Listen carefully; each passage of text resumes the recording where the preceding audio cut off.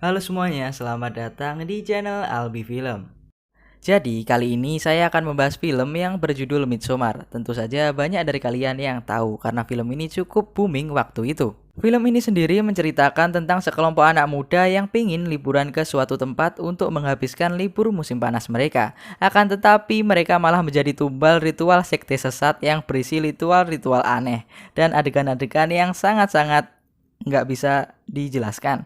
Ya pokoknya bakalan seru lah film ini. Jangan lupa untuk nonton sampai habis, oke? Nah, tanpa banyak spoiler di awal, ini dia alur cerita film Midsommar.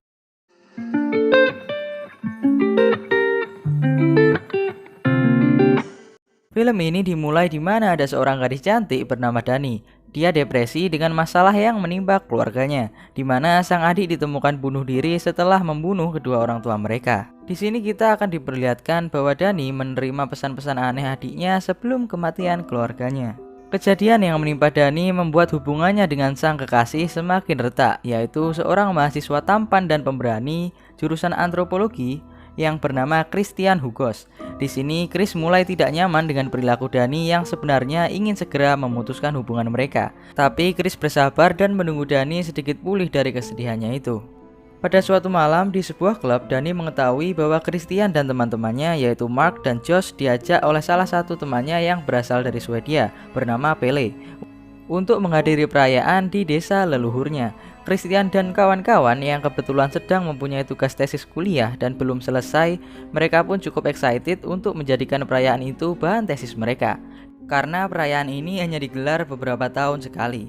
Dan di sini Dani yang tidak diberitahu dari awal merasa jengkel dan memproteskan hal tersebut.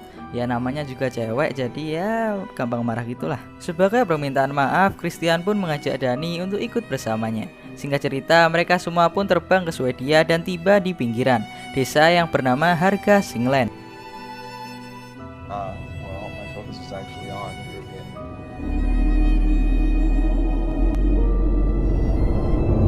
Di sini mereka bertemu Simon dan Connie, pasangan dari Inggris yang diundang oleh adiknya Pele yang bernama Ingmar. Nah, di sini Ingmar menawarkan narkoboy kepada teman-temannya Christian untuk hadiah pertemuan pertama mereka. Dani yang sedang terpuruk merasa tidak nafsu untuk menggunakan barang tersebut. Namun karena dia gengsi, akhirnya dia pun menggunakan barang itu. Beberapa saat setelah itu, mereka pun mulai berhalusinasi sembari ngobrol. Di sini Chris yang sudah mulai ngelantur tak sengaja membahas soal keluarga. Dani yang mendengar hal itu pun seketika kesedihannya mulai kembali.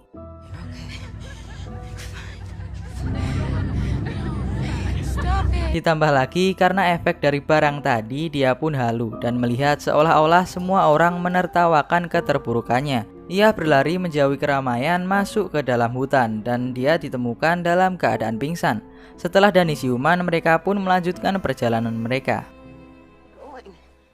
Where we came for?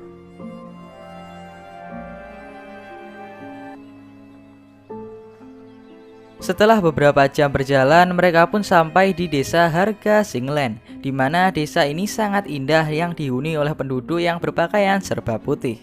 Ditambah lagi langit yang begitu cerah, seolah-olah menggambarkan bahwa tempat ini adalah tempat yang begitu nyaman dan damai.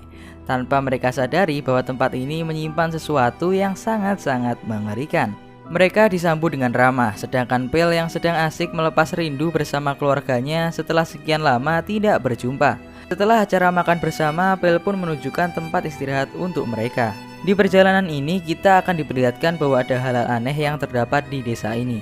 Dari sebuah kuil yang berwarna kuning yang tidak boleh dimasuki, dan ditambah lagi ada lukisan-lukisan cinta yang tidak masuk akal. Sampai dinding-dinding tempat istirahat mereka yang dipenuhi oleh banyak lukisan-lukisan aneh. All the younger ones until we turn 36, and then we move to the image, which is between 18 and 36, which is fall, and then finally from. What happens at 72?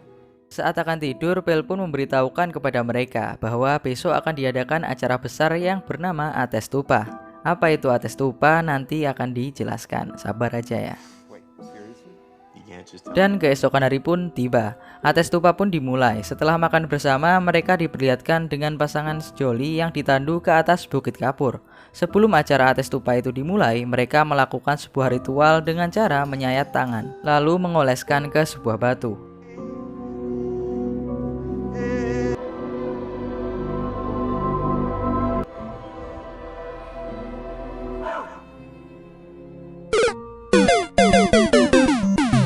Setelah ditandu ke atas bagaikan raja dan ratu, mereka berdua pun menjatuhkan diri dari tebing itu satu persatu.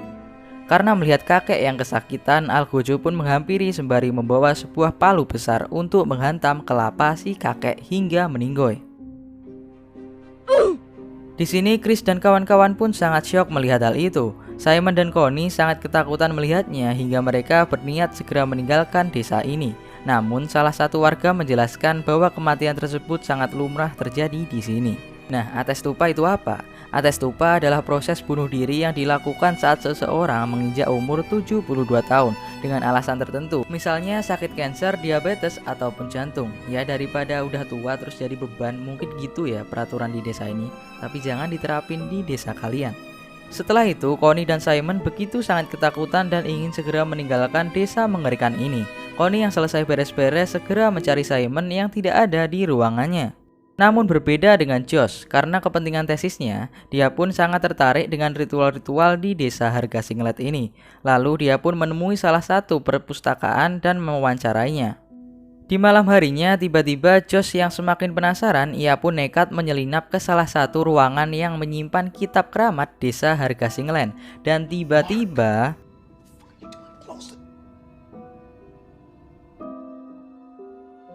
Josh dipukul oleh seseorang yang menggunakan kulit wajahnya Mark. Di sini bisa disimpulkan bahwa Mark sudah meninggoy dikuliti oleh warga di sini. Keesokan harinya, Christian yang khawatir karena Mark dan Josh tidak kelihatan dari semalam akhirnya pun mulai kebingungan. Sedangkan Danny dia diajak untuk mengikuti suatu lomba menari di desa tersebut. Yang dimana pemenang dari lomba ini akan dianggap sebagai My Queen.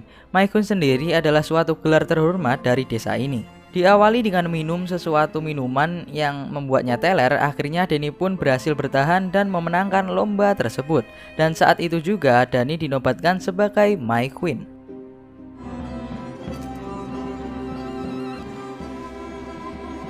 Mom?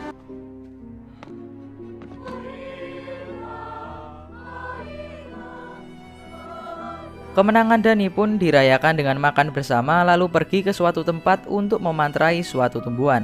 Di sisi lain, Christian yang mendatangi bude cantik yang bernama Shiv berniat untuk mencari informasi lebih detail mengenai desa Harga Singlet.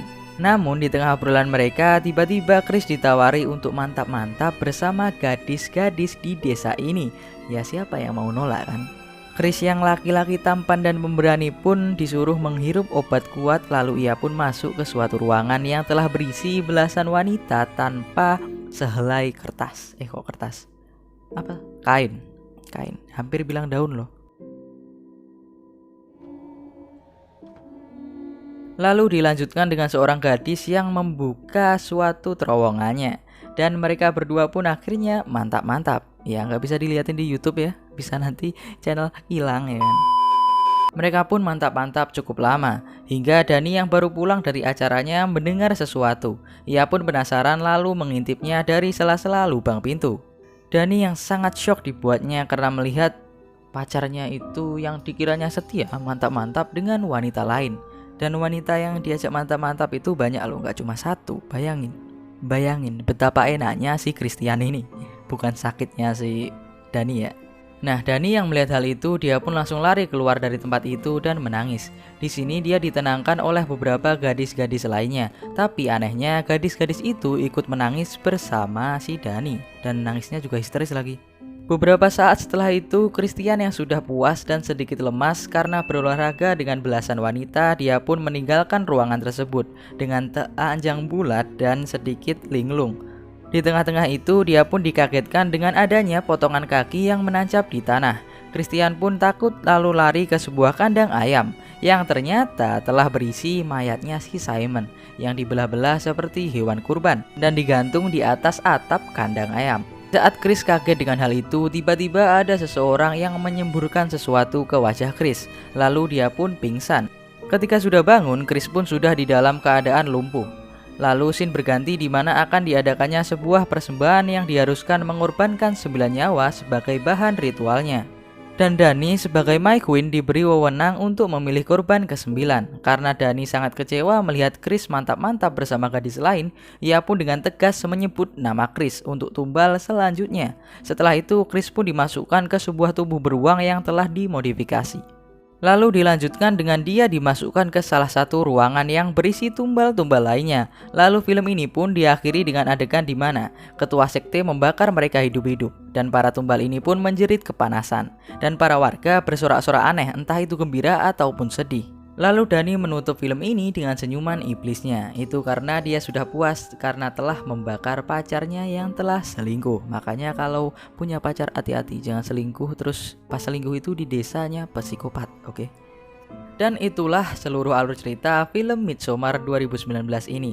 Jika kalian suka, jangan lupa untuk like, komen, dan subscribe. Dan jangan lupa untuk meninggalkan komen di kolom komentar. Entah komen apapun itu, selama kalian komen, saya senang ya, karena bisa melihat ada orang-orang yang komen gitu loh.